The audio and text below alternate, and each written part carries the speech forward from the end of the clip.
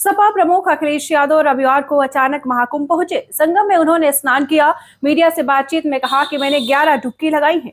उनके साथ आपको बताते चले सपा नेता और कुछ कार्यकर्ता भी मौजूद रहे। संगम में स्नान करते समय अखिलेश को चारों तरफ से सपा नेताओं ने घेर लिया, जब पुलिस भी रस्सी का घेराव बनाकर सुरक्षा में मुस्तैद दिखी। स्नान के बाद अखिलेश ने सूर्य भगवान को अर्घ्य दिया। अखिलेश रविवार सुबह चार्टर प्लेन से लखनऊ से प्रयागराज एयरपोर्ट पहुंचे। अखिलेश यादव का स्वागत करने के लिए भारी संख्या में कार्यकर्ता एयरपोर्ट पहुंच गए। इस वजह से वह थोड़ी देर तक कार्यकर्ताओं की भीड़ में फंसे रहे। मुलायम सिंह की प्रतिमा पर माल्यार्पण करेंगे। आपको बताते चलें, सेक्टर 16 में मुलायम सिंह की प्रतिमा पर माल्यार्पण करेंगे। करीब 4.5 घंटे प्रयागराज में रहेंगे। अखिलेश महाकुंभ की व्यवस्था को लेकर लगातार भाजपा सरकार पर हमलावर थे। उन्होंने भ्रष्टाचार का आरोप लगाया, कहा था जो व्यवस्था की जानी चाहिए उसका 20% भी काम नहीं हुआ है। खुद के संगम स्नान करने से जुड़े सवाल पर अखिलेश ने 11 दिन पहले कहा था, जब मां गंगा बुलाएंगी तब संगम जाएंगी। भाजपा बोली, अखिलेश के मन को शांति मिलेगी। अखिलेश के संगम स्नान पर भाजपा प्रवक्ता राकेश त्रिपाठी ने तंज कसा। उन्होंने कहा कि चलिए, देर आए दुरुस्त आए। संगम स्नान करने के बाद मन को शांति मिलती है। अब शायद अखिलेश के मन को शांति मिल जाए, क्योंकि वे लगातार पिछले 1 महीने से महाकुंभ को लेकर अनर्गल मिथ्या प्रलाप कर रहे थे। रोज महाकुंभ को लेकर लगातार बहुत सारी बातें करते थे। तो आपको बताते चलें, अखिलेश यादव ने संगम में आस्था और विश्वास की डुबकी लगाई है। सपा प्रमुख अखिलेश यादव रविवार यानी आज महाकुंभ पहुंचे। संगम में उन्होंने स्नान किया। मीडिया से बातचीत में कहा कि मैंने 11 डुबकी लगाई। उनके साथ सपा नेता और कुछ कार्यकर्ता भी मौजूद थे। यमुना सरस्वती, हमारी यही कामना है कि सौहार्द, सद्भावना और सहनशीलता बनी रहे। महाकुंभ के आयोजन में ये पौराणिक है कि बिना बुलाए और अपने आप सब लोग आते हैं। अपनी व्यक्तिगत आस्था है उनकी सबकी।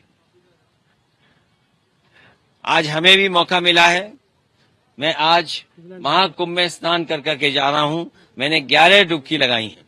सर, अखिलेश योगी जी ने कहा यूपी का बंटवारा नहीं होना चाहिए, क्या कहेंगे आप? देखिए, बंटवारे और नकारात्मक राजनीति के लिए जगह नहीं है।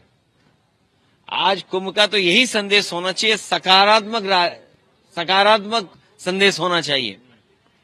और आज के दिन यही संकल्प हो कि जब कभी भी हमें याद आए कुंभ, तो हमें सौहार्द, सद्भावना और सहनशीलता हमेशा बनी रहे।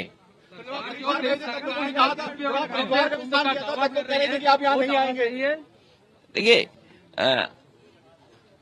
गंगा में स्नान और त्योहारों के दिन स्नान, जिस दिन मैंने वहां पर हरिद्वार में स्नान किया था उस दिन भी एक त्योहार था।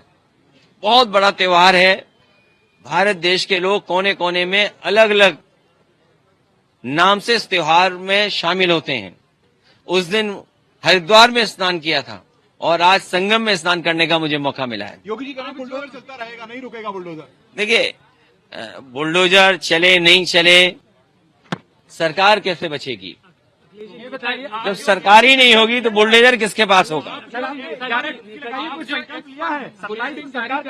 संकल्प यही है कि सौहार्द बना रहे, सद्भावना बनी रहे, सहनशीलता हो, और जो भी स्नान हो सहनशीलता के साथ स्नान होना चाहिए। ये सरकार के लोगों को कोई स्पोर्ट्स इवेंट नहीं बनाना चाहिए इसको।